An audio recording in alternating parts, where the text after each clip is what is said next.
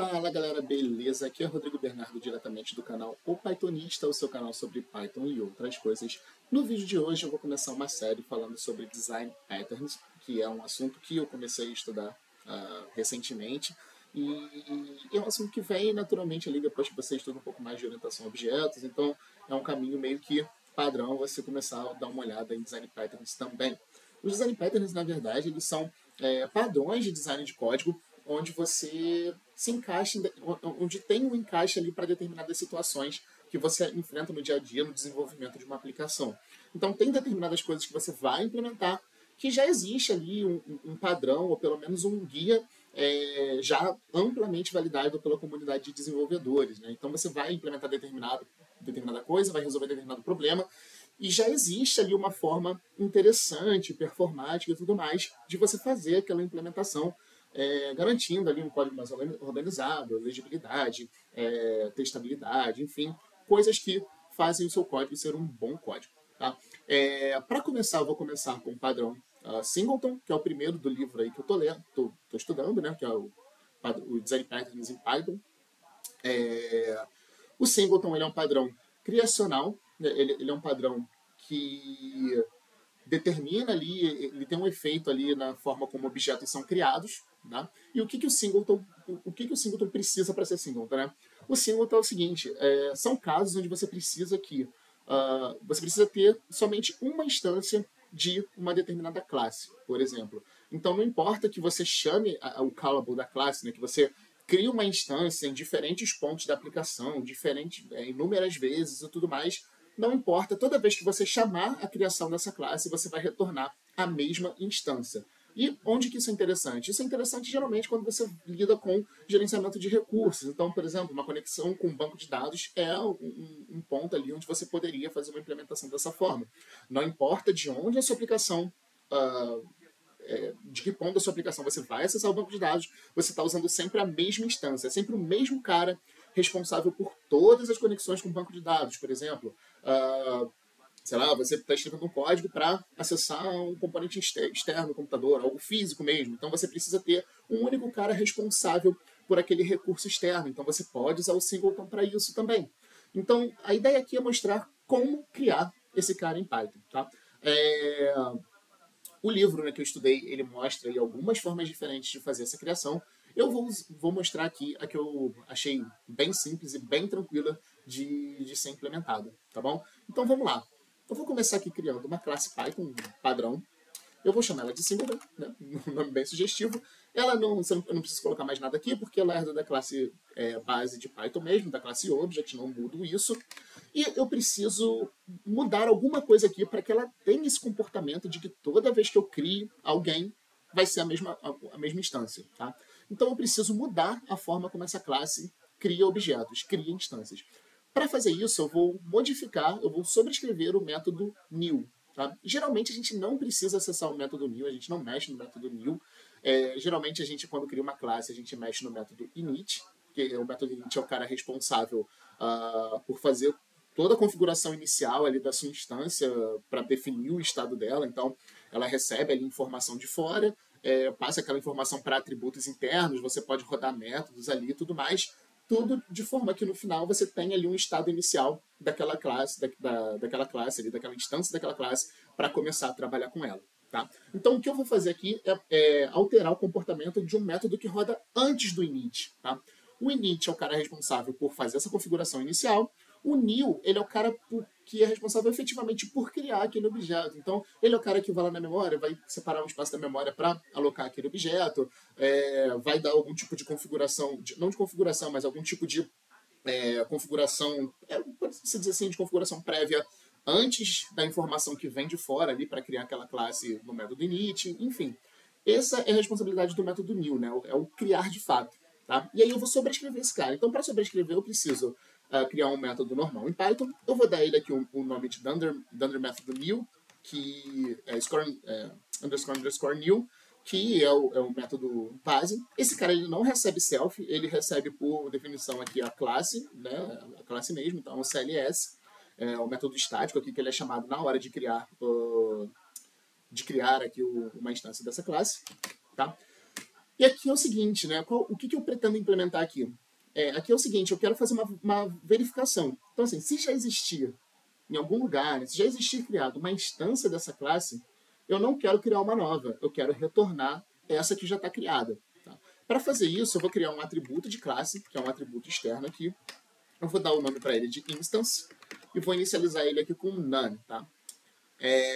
Então, é esse cara aqui que vai guardar a instância única. Né? E toda vez que eu precisar dela, é esse cara aqui que eu vou retornar. E aí, como é que eu faço isso? Eu faço isso com um if simples. Né? Eu vou fazer aqui um if de negação, só para facilitar aqui a lógica de implementação. Então, assim, se não existir uma instância previamente criada, eu vou criá-la e vou alocar no atributo instance. E como é que eu vou criar essa instância aqui? Para criar, eu vou usar o método original da classe singleton, e não esse que eu estou sobrescrevendo. Tá? Como é que eu faço isso? Com o super. Né? O super é o cara que me permite acessar o método original da classe base original, sem ser o cara que eu vou sobrescrever. Então, quando eu coloco super.new, eu não estou rodando esse new que eu estou implementando agora. Tá? Eu estou rodando o new da classe base, que é o que cria aqui normalmente o objeto. Eu não quero mudar esse comportamento. Eu quero que aqui, dentro desse if, o objeto seja criado de fato. O que eu estou modificando é o ao redor, né, incluindo essa verificação. Então, new. Aqui eu preciso passar 3 parâmetros, que é o próprio CLS, a própria instância. Esqueci um pequeno detalhe aqui. O new eu vou colocar aqui para receber o args e o quargs, porque eu não tenho certeza o que esse cara aqui recebe, né, ou vai receber para criar esse objeto. Então, eu coloco de uma maneira genérica aqui o args e o quargs, que garante que eu estou pegando todos os parâmetros posicionais, todos os parâmetros keyword, né, todos os parâmetros nomeados, e eu repasso esse cara para o método new. Então, aqui eu garanto que com certeza ele vai ter o mesmo comportamento, vai me retornar a mesma coisa. Beleza? E no final aqui do meu if, eu retorno o cls.instance. Então, show, incluí a minha verificação. Então, um resumo aqui do que foi feito. Né? Eu sobrescrevi o método new, verifico se já existe uma instância criada nessa classe, já que eu considero que essa instância está guardada dentro do atributo de classe instance. Se esse cara não existir, eu crio uma instância, aloco no atributo instance, e no final das contas aqui eu retorno. Tá? Então, esse if verifica isso. Se esse cara já existir, ele vem para cá. Ele já retorna o que existe. Se ele não existir, né, isso aqui vira true, e aí eu crio esse cara de fato. Então é isso aqui que vai me garantir o comportamento de que sempre que eu for criar alguém, eu vou ter acesso a uma única instância. Para verificar isso, eu vou criar aqui o S1, uma variável qualquer aqui, que eu chamei de S1, mas poderia ser qualquer coisa. Vou passar aqui o S2, que vai ser singleton também. E aí eu vou dar um print no ID. Eu vou verificar o identificador desse cara. O ID é uma built-in function no Python, é um cara que já existe aqui, é só eu chamar aqui que ela já funciona. E eu vou passar aqui para S1 e vou passar para o S2. Beleza? E o que eu espero aqui? Eu espero que esses IDs sejam iguais, porque, como eu disse, o singleton é um cara que eu vou ter acesso sempre à mesma instância. Então, eu quero que, né, eu acredito que essa implementação funcione. Toda vez que eu chamar singleton em qualquer lugar, eu vou estar falando da mesma instância. Tá? Então, essa implementação garante esse comportamento e é isso que eu vou verificar aqui. E, de fato, né, quando eu printo o ID aqui, eu reparo que esses IDs são iguais. Então, é exatamente o comportamento que eu quero. Beleza? Então, gente, nesse vídeo aqui eu mostrei para vocês como fazer uma implementação desse design pattern singleton, que é um cara que garante que eu vou estar acessando sempre a mesma instância daquela classe em qualquer ponto da aplicação, de uma maneira super simples. O livro traz outras implementações, ele traz uma implementação, fazer uma implementação de uma metaclasse. Então você criaria uma metaclasse para a classe que você vai criar, e aí nessa metaclasse você altera o método call, né, que é isso aqui na verdade. O que eu faço? Eu crio uma classe, e o fato dele rodar com parênteses aqui é porque ele tem um método, o call, que garante que esse cara aqui vai ser um callable, ou seja, eu consigo chamar esse cara, executar dessa forma aqui, quase como se fosse uma função. Né? E aí você, por essa linha da metaclasse, você sobrescreve o call em uma metaclasse. Tá? Então, assim, é um outro nível de implementação. E aí, nesse livro também, ele mostra uma implementação de singleton que não necessariamente ele garante a mesma instância criada, mas ele garante que as diferentes instâncias compartilhem o mesmo estado.